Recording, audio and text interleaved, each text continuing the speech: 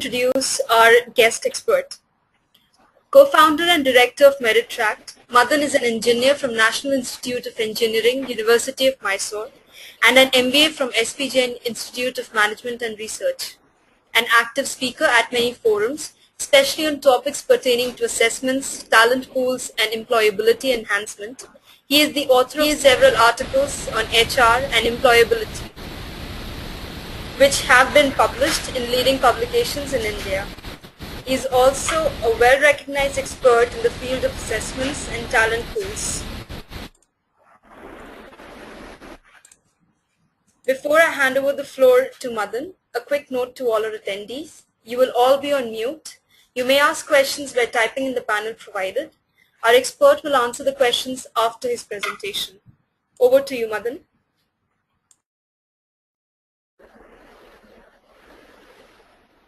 Thanks, Neham. Am I audible? I guess so. Hi, good afternoon, everybody. My name is Madan Padaki, and delighted to be here on this webinar. A couple of housekeeping announcements in that sense before I start off. One, feeling a little bit under the weather, so if you hear my voice going up and down, it is not the enthusiasm for this webinar, but more the antibiotics that are working. Two, I'm also working out of home, so if at all I drop off, it is the power that's gone off, and I'll be back again within a minute or so once the UPS kicks in.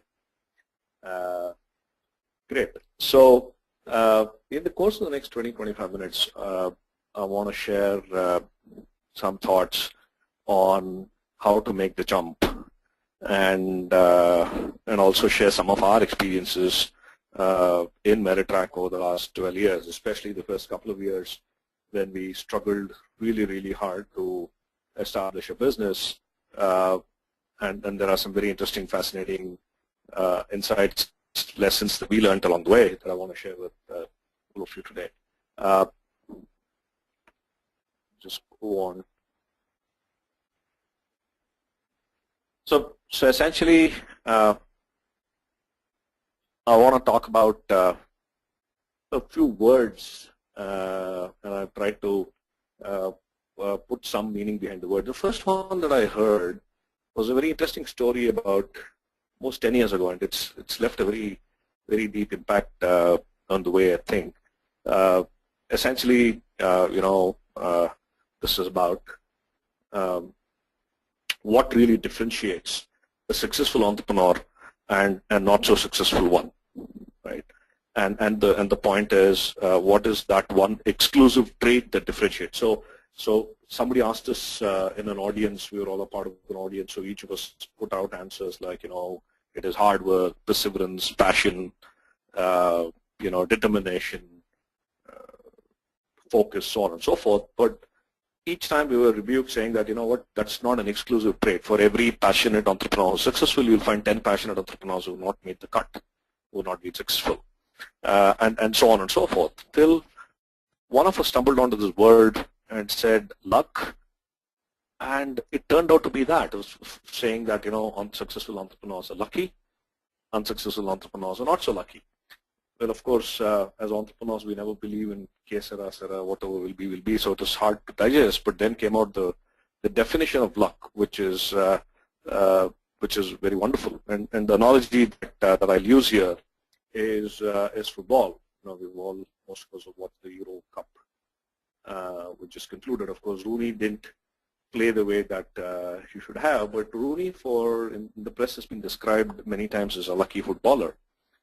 Why lucky? Because apparently wherever he is, the ball magically appears at him, and he strikes a goal, right? And therefore he's lucky. But when you start dissecting the word lucky, you start to understand a luck. You start to understand what constitutes a lucky footballer, and therefore what constitutes a lucky entrepreneur. Therefore, the first L. The first letter L stands for location. As in football, you need to pick the field, you need to pick the ground, and you need to position yourself in a particular position and anticipate the ball. so is in the case of becoming an entrepreneur, that you need to pick your field of play. For example, in Meritrac, we picked our field of play as the talent landscape. When we started out 12 years ago, a large part of the Meritrac dream was triggered by one report that we read, which was by Mascom McKinsey in 2000.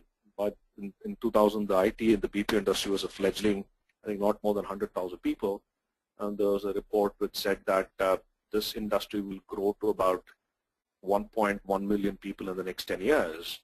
And that fascinated us, saying that, you know what, if 1 million people are going to get added to an industry in the next 10 years, there's going to be a huge amount of opportunities for entrepreneurs. One is, of course, to do the gold digging yourself. So one obvious choice would have been, let's go set up an IT BPO company ourselves. But the other was that apparently during the gold rush, the people who made money were people who actually were not the ones who were digging for gold later on, but were the guys who were actually making the shovels and the spades for the gold diggers. So our approach, our thought was that let's not get into the IT BPO industry ourselves, but let's create the shovels and the spades for the guys who are participating in the gold rush. And we said if talent is going to be the key thing, then that's what we should look at, right? So that's the location, that's our field of play that we picked up, and it's very critical for entrepreneurs to identify the field of play, because there are tons and tons of opportunities, and to pick the right field of play is very critical.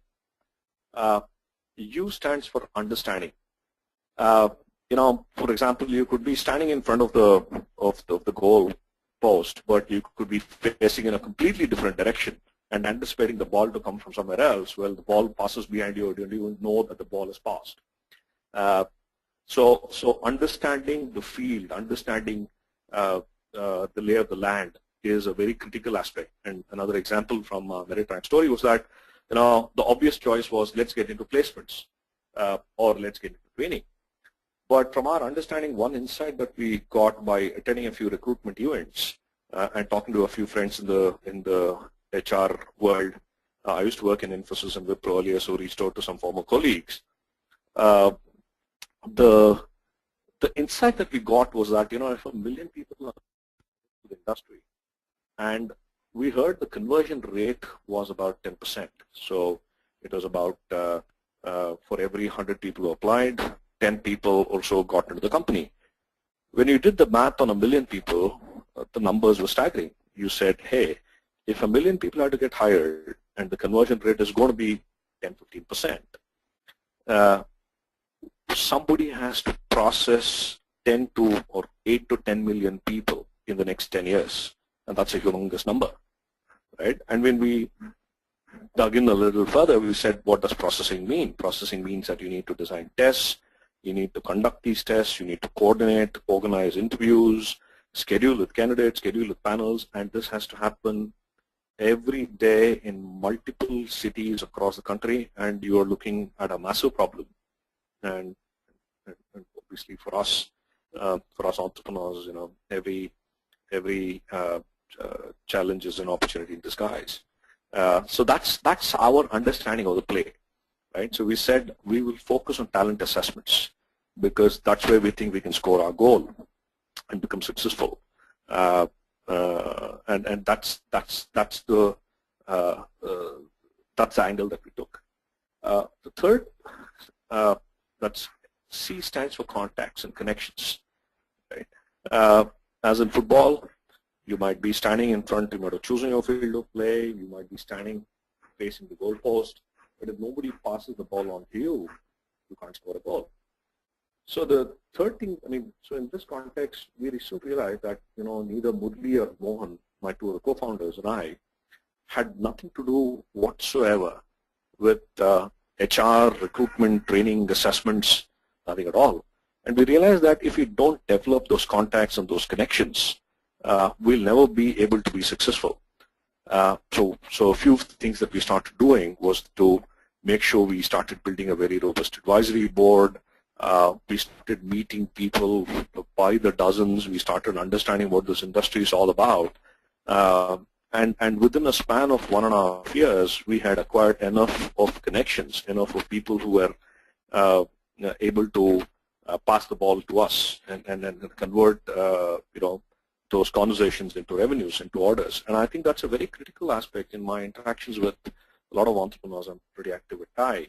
I find that many times the approach will be, you know what, I'm just sitting in my garage or my home or whatever. I'm hacking away, I'm building a fantastic product. One of the first questions that I ask is, how many people have you met over the last 3 months? What are the types of people have you met? What kind of conversations have you had? Can you show me an analysis of what the thoughts are?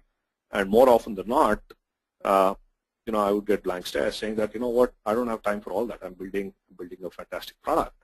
And I say, you missed the point. You can't build a fantastic product if you can't have the connections and the contacts who will give you information and insights into what to build, right?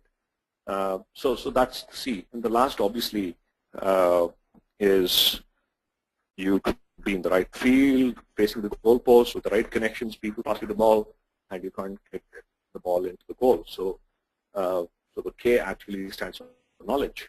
We're saying that when everything is in favor and all are positioned well, how can you then go in and score the goal? So which means, how do you equip yourself?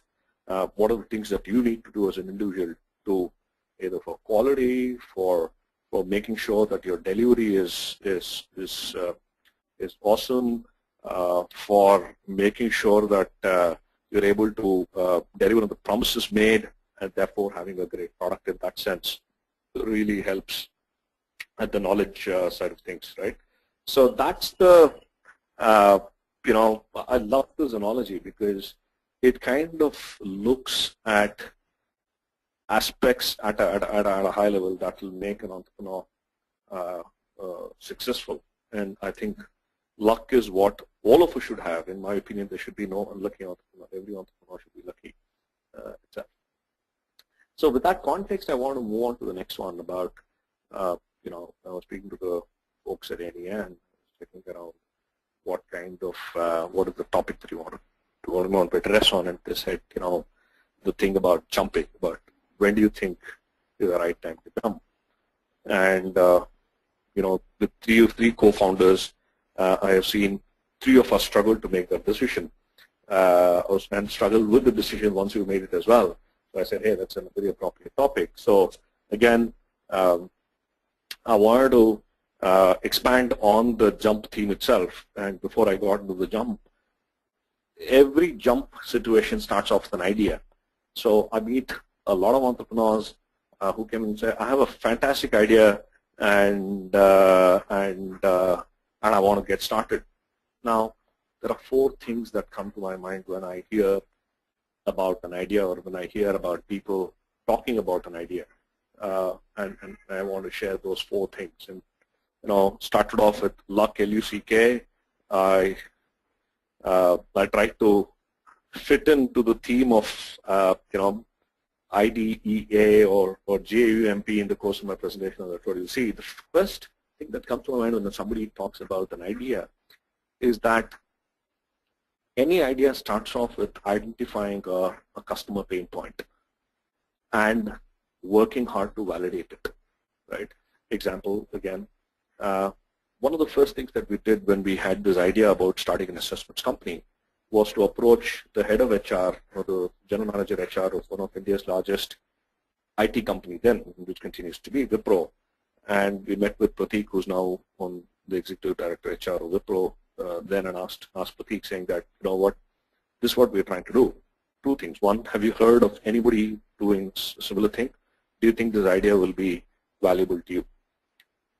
His response kind of was very interesting. He said, I've never heard of this idea before, which was good news, which meant that there was nobody else in the market either doing or offering something similar, and which meant that we were probably, if we get on the market quickly, we'll be the first guys to do it. But it was also, the second part was very interesting, was saying that unless and until I'm comfortable with the entity that is doing it, because testing and assessments is so core to what we do as an organization, that unless and until we are comfortable with the entrepreneurs or with the company that is doing this. We won't outsource it to anybody, right? Which meant that and of course the third point he made was, yes, I do agree that there's a pain point. You're saying that, you know, the pros question papers are not changed very often, which is true in several other companies that we spoke about, that content is just looked up as putting some bunch of 10 guys together and asking them to write 2 questions each, and you have a 20-25 question answer question paper out, so on and so forth. So we did about 7 or 8 such meetings by trying to reach out to a network of friends. When we identified the exact pain point, validated it, and also put some thoughts around what will it take for us to be successful if we need to start out this business. Again, in various interactions with entrepreneurs in various forums that I interact and talk to, I find validation, a clear identification of a customer need and validating that customer need to be a large gap. At the gut level, everyone who has an idea says, I know this is what is required, but if I'm an investor, if I'm an advisor, I would want to see more than a gut feel. I want to see some indications of whether your gut feel is right or wrong. The second point here is differentiate. Right? A lot of times the entrepreneurs would not have done a good enough scan, a market scan or competition scan, as well as who else is offering something similar and why will a customer buy from you. And I believe that differentiation is extremely important if you want to succeed in the marketplace. So what is your offerings going to be and how is it going to be different, and why will it make a customer better off by choosing you than someone else is a question that needs to be answered very, very effectively. E is engrave. What I mean by engrave is put it down on paper. However, cliched it might sound, a business plan has to be put. People say, you know what, even we went around for the first week saying that, oh, I have it all here, but the overwhelming advice that we got was, please write down a 3-page executive summary. Then start getting out your ideas, because the moment you start putting pen to paper, a lot of the thoughts starts getting crystallized, and it's imperative that your idea is embellished well onto a formal document itself. And I would urge any one of you who have an idea to spend a few hours putting that down, because the amount of clarity that you would get would be phenomenal. And the last is attach and align. In a way, I was trying to get a synonym for the word focus, and this is the best I could do. In the early stages of your plan, when you're talking about your idea to a lot of people, you'll find 3 kinds of responses. One, people will say, fantastic idea, great, I think it'll do well, which is a very small percentage. Second is people who are ambivalent, who say, not sure whether it'll work. And third, who will say, let me tell you a better way of making this work. I think the core thing for entrepreneurs, for us as an entrepreneur, is to be focused and committed and believe in the idea that we have, because it's very easy to be swayed in the initial days. When we started around talking to a bunch of guys about assessments, 99% of the people that we spoke to said, what a ridiculous idea. Yeah, how can you ever survive just by doing testing? Why can't you do training? Why can't you do placements? Why can't you embed assessments into training, placements, so on and so forth? At one point of time, we were sounding so stubborn that the moment people started saying training, placements, we started saying, okay, thank you very much. We heard that spin before. We're not going to do that. Because heart of heart, we believed that there was an opportunity. And we've seen that opportunity play out in the last 10, 15 years. So it is the point that I want to reiterate here is, if you've identified, validated the idea, if you're very clear about the differentiation that you can bring, and how you're going to win the customer. If you articulate it well enough, then the belief automatically comes. Many times I see belief not coming because many stages of the prior process, especially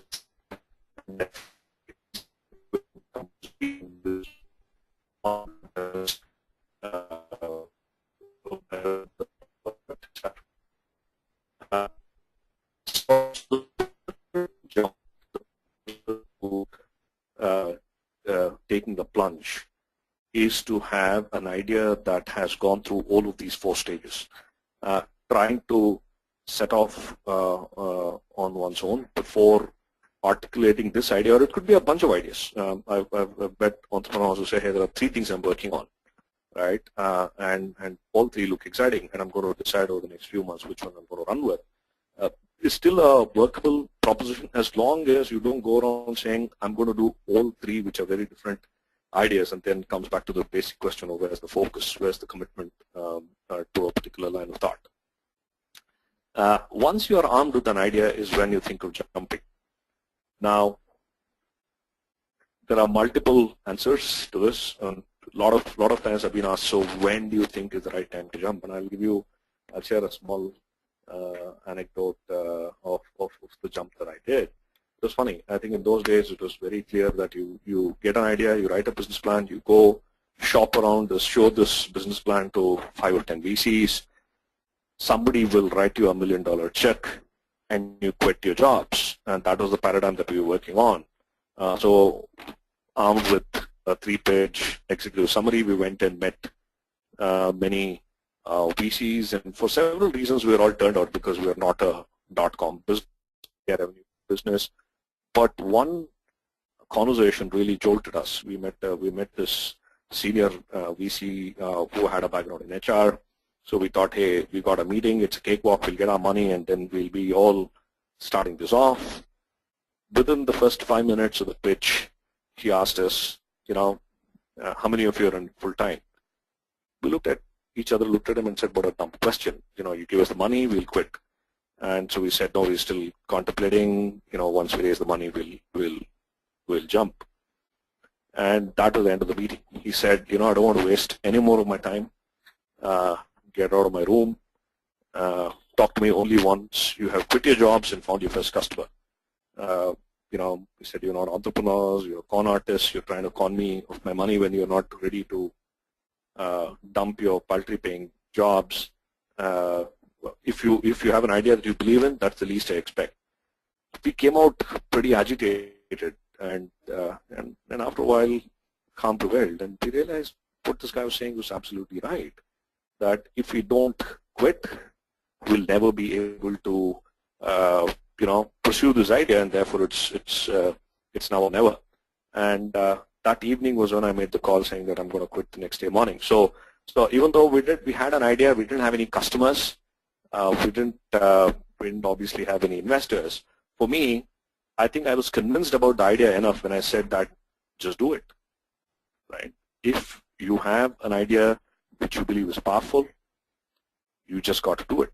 There's no time frame for that. In fact, funnily enough, the next day I went to the managing director of BFL, where I used to work before Merittrac, and I actually tried to do another deal with him, where I said that, give me 6 months off, I'll be on a sabbatical, I'll try this out. If it doesn't work out, I'll come back. And interestingly enough, the feedback that I got, which was very valid feedback, was saying that, Madan, if I give you that lifeline, you'll always come back. You'll be here, not in 6, but in 3 months saying, didn't work out, I want my job back. It doesn't work for you, it doesn't work for me. Right? I think that was extremely valid that when you jump, you got to do it and cut off all safety lines. There's no other lifeline for you, because then that desperation will make you somehow manage to swim.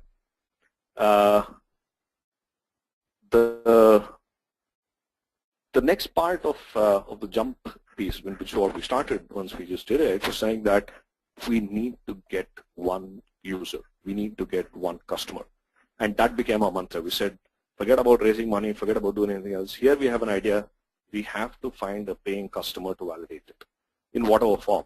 and we found our first customer in the form of Wipro who was willing to play with us, and we did one of the first large drives for Wipro. So it is when you do jump, either you just do it or you do it on back of a customer that you already have or a customer who's expressed interest to say, if you guys come out with this kind of a solution or a product or a service, I'm going to try this out.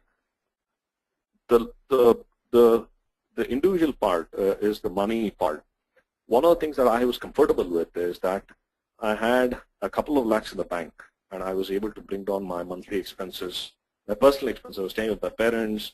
I sold off my car. I had a two-wheeler. I knew I could survive on 5,000 rupees a month. So it was comforting that, hey, that 2 lakhs in the month I can survive for, the 2 lakhs in the bank I can survive for the next 12 months, worst case, right, without any income. And that is a comforting fact. So to a lot of entrepreneurs, I share feedback saying that, you know what, guys, make sure that you have enough of savings in the bank, because you don't want to be looking into your bank account every day saying money is going to run out, what am I going to do?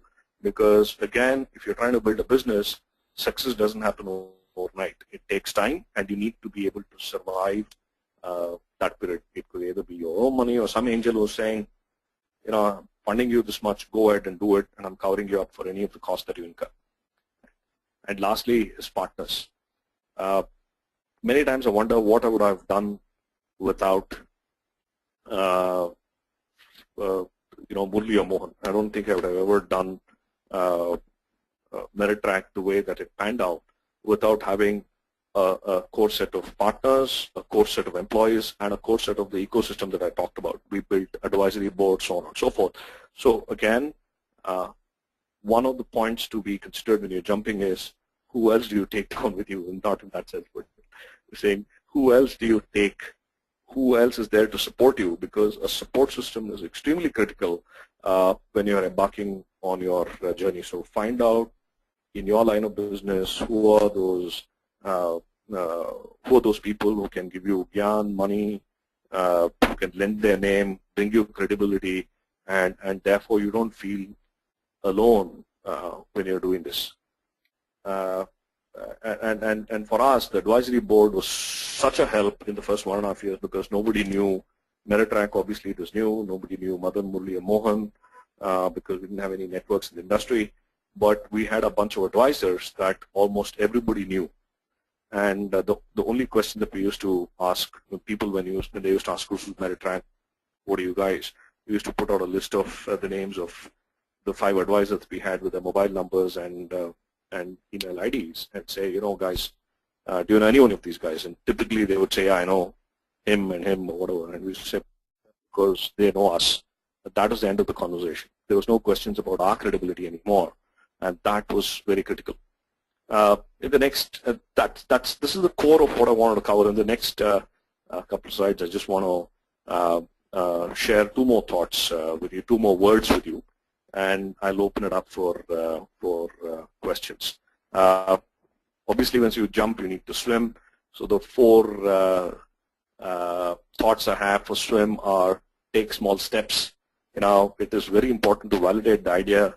In whatever small steps you can show that your idea is working is very critical. So it could be a customer who might, so you have a plethora of, you have a range of offerings 1 through 9, but if a customer wants to use 2, 5, 7, I'm just giving an example, go for it, because you are proving something rather than saying, hey, this is my entire suite and this is what I just want to do. Try and prove the core of what you do through small steps that you can take. Win confidence. It is extremely important for your first 5 customers to be absolutely in love with you. And that's what helped us. The first 5 customers we had, we struggled hard to make sure that we delivered to their delight. And we found a reference base that helped us get our next 50 customers, quite literally. In fact, if I were to track back the first 5 customers that we worked with and how those 5 helped us get the next 50 customers, I can always find the link. Right? Winning confidence of your customers, of your employees itself, and of everybody else in your ecosystem is supremely critical in the first 1 year. Invest wisely. Your time as an entrepreneur is the most critical asset that you have, because there's no other money that exists till you've done your round of fundraising. And you need to be very clear about where you're going to invest your time, money, and effort in. It is a very judicious call you need to make about who are the people that I need to be spending time with and what do I need to do, because a day gone is a day gone, and you're one day, as the famous Pink Floyd song goes, one day closer to death. So that is a very critical angle to consider. And lastly, you just got to manage the madness. Sometimes people say, you know what, the first 2 years, almost everything that could go wrong for us went wrong, and how did you survive? And I say maybe we were mad enough not to recognize the madness that was going around, or maybe we were just enjoying the madness of things all around us. It is going to be madness, and you got to be prepared to take that madness with a large, big smile every day, and you'll swim by enough. And obviously, the last word that I want to leave with is how do you win? Is talked about it. Wow, every customer that you can lay your hands on. Clearly, being an entrepreneur, people say is a very lonely thing, but I'm saying, I'll say the opposite of saying that you will be a successful entrepreneur if you carry a lot of people along with you. It could be your employees, investors, customers that you have to carry all along with you, and therefore you're not alone. The winning is not I, but it's we, and that's very critical. And lastly, never ever give up. We were 15 days away from shutting down Merittrac because we ran out of money, and I found a wonderful poster on the roadside in MG Road, which we brought it back to office and put it up, and that said that, you know, people who give up did not know how close they were to success when they gave up. That became a rallying cry for us, saying that, you know what, maybe we're very close. Maybe if we hang on there for the next 6 months and do the stuff that we're doing, we will succeed. And in a way, that's what happened. We managed to find some money by cutting down salaries of everybody. We managed to get some savings back into the business and survived 6 months. Afterwards, there's no looking back for us. At the end of the day, folks, it's your passion that makes it happen, nothing else, and your passion translates into everything you do, right? From luck to the idea that you dream upon, to jumping, swimming, and winning. So I've tried to crunch a lot of thoughts in the last 25 minutes. I'll be happy to take questions for the next 10-15 minutes. You can type in your questions. I have a panel where I can read what's coming up, and I'll read out the question. Very much, Madan. That was a very interesting session, and I'm sure people who would want to ask questions can send in the questions to us, and we will forward them to you. And thank you to all our attendees. Yes, and actually the questions they were coming and we couldn't answer all. So you can all write to us at eclub@nenglobal.org. Also, if you found the session interesting, feel free to blog or post about it. The recorded version of the webinar will be available on our website, eclub.nenonline.org, by the end of this week. Our next webinar will be held on July 18th from 3 p.m. to 4 p.m. by Neeraj Shah of BNI on 5 shocking mistakes of the worst networkers. We look forward to your participation. Also, NEN eClub is starting a series of workshops across India. The first workshop is on July 14th at New Delhi on the topic Pivoting Your Venture and Getting to Plan B. The format of the workshop includes group work, exercises, and interaction with our guest entrepreneur to avail real-time perspective. Register today and get early bird discounts. For more information, visit our website. Thank you once again and have a nice evening. Thank you. Thank you.